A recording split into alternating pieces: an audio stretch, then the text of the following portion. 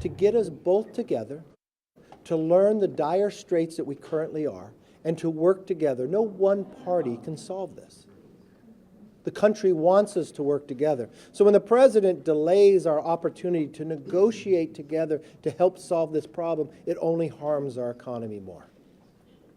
We look at the projections of growth to be very small. We see inflation continue to rise with the runaway spending.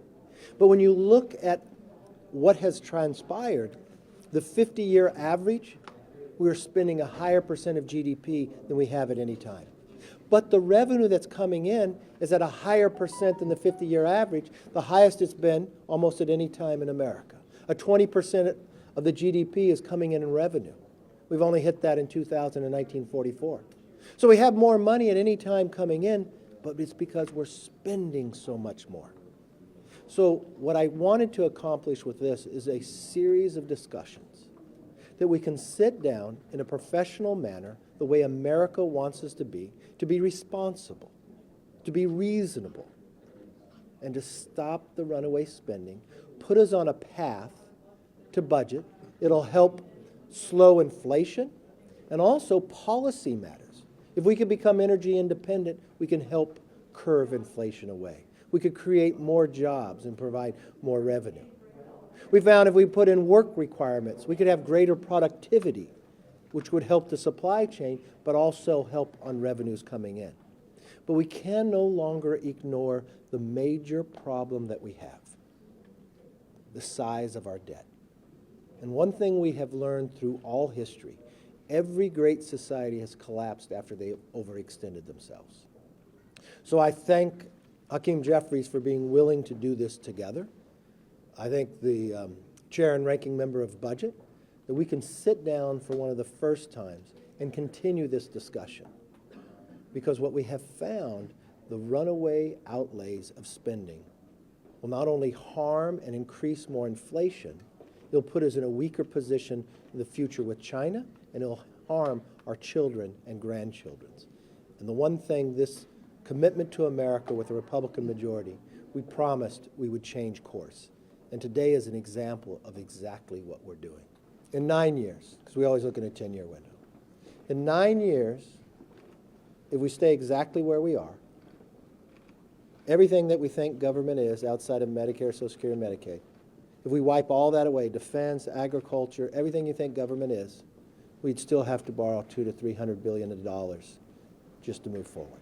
So you could take everything away, and you still wouldn't get there. We are at a reflection point. This is a moment in time I think the American public is asking us, put your partisanship aside, work together to find a solution. And when I listen to Chuck Schumer saying you should just raise the debt limit and just raise it clean and don't do anything else, he's wrong. The president's position not to negotiate, that's wrong. It's not wrong from a Republican point of view, it's wrong from an American point of view. America wants us to work together. America wants us and needs us to solve this problem. And I appreciate that the Democrats agreed to do this briefing. It wasn't partisan. It's the Congressional Budget Office just giving us the numbers.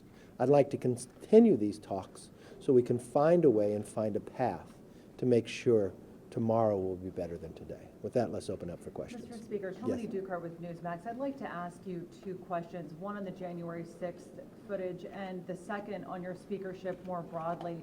First of all, one of your criticisms of the House Select Committee was that it failed to investigate why the Capitol was so ill-prepared for an attack that day. In newly released footage, Mr. Carlson portrays Capitol Police as tour guides for Jacob Chansley, who was sentenced to 41 months in prison. What is your assessment of the way that those officers acted that day?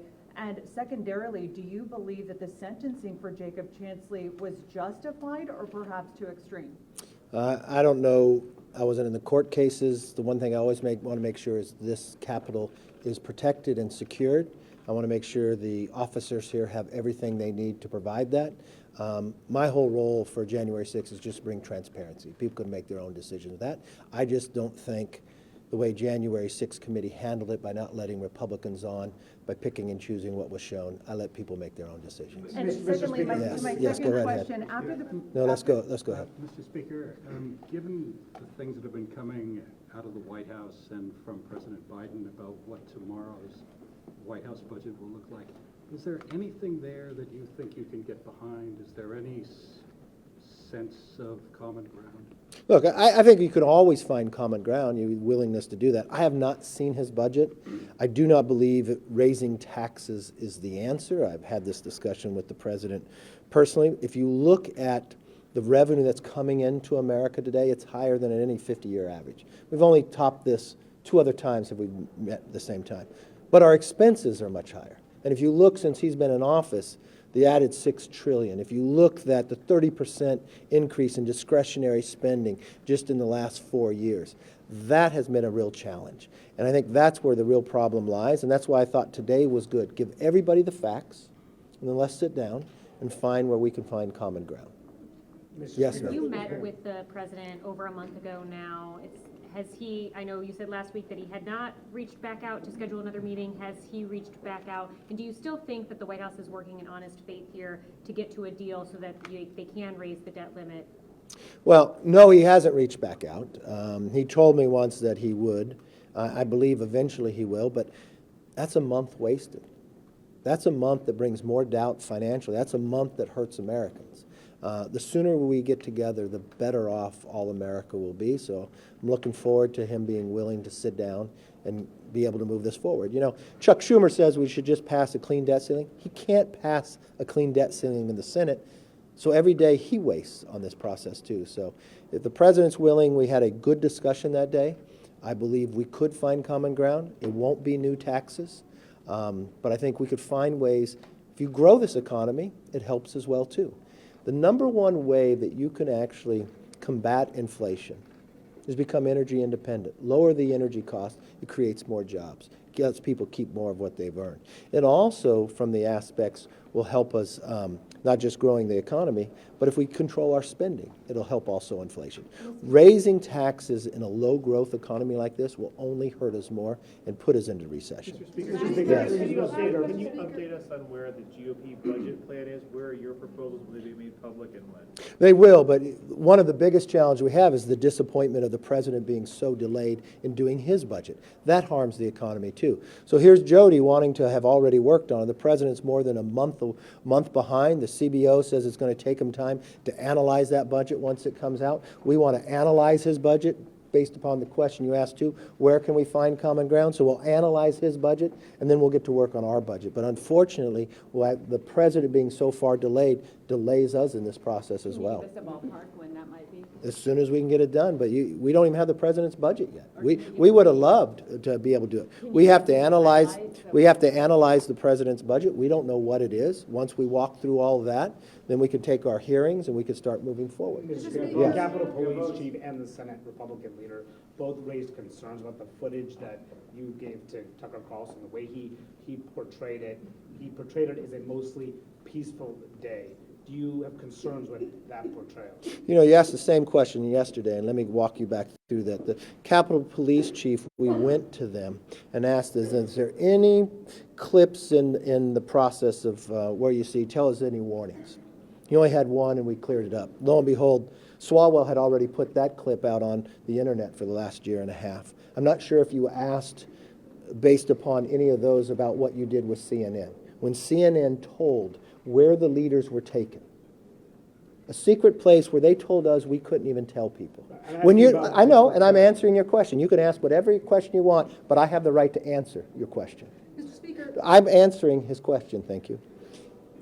When CNN told the American public that we were at Fort McNair, I don't know if we can go back there.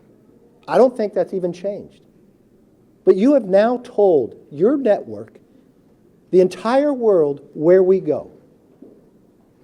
I didn't hear one question from your network either when you would know when subpoenas were released before anybody else. I didn't know that your network got upset when you sat in Statuary Hall, when nobody else networks got anything. And I'm not sure your network got upset either when you had the Speaker of the House daughter do a documentary filming where we are in a secure place, walking through this when people weren't supposed to know.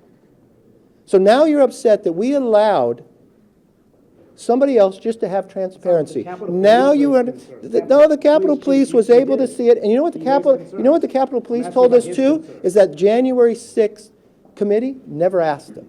So I thank you for your question. Mr. Speaker, Yes. just a quick thing, since the tapes have been released, I understand that a number of attorneys of January 6th defendants have contacted your office to get access to this footage. Had they always had access to this footage before you became Speaker, or is this a new thing? I'm not sure completely of that answer, of the answer to your question, if I'll get it 100% right, because I'm not. I believe some has had the right to this already. I don't know if they all knew. But anyone who needs it that is a defendant, in my view, has the right to be able to see How it many for their have- How defense. many have actually contacted your office to get this footage? I don't know personally. I'd have to get back to you.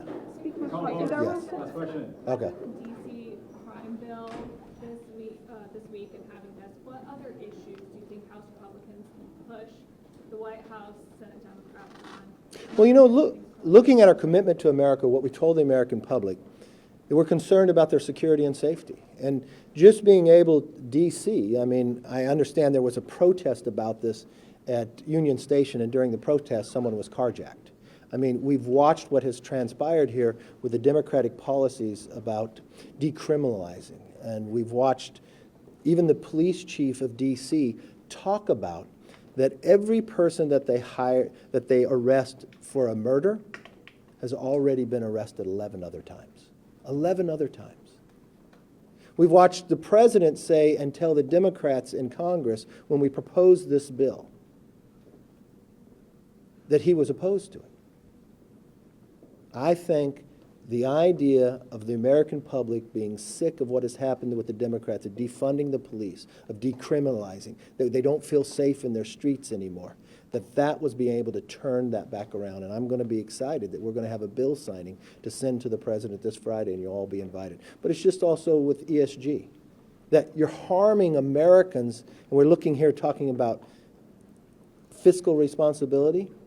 They're now picking their liberal policies instead of people being able to get a return on their retirement investments. So now they're going to have less money in the future, not just the inflation taking away their investment eggs and their savings because of the runaway spending. Now they're going to take it away because they're going to say you can only invest in my liberal policies, not on your return of the investment. So we will continue to run these policies, just like we ran earlier.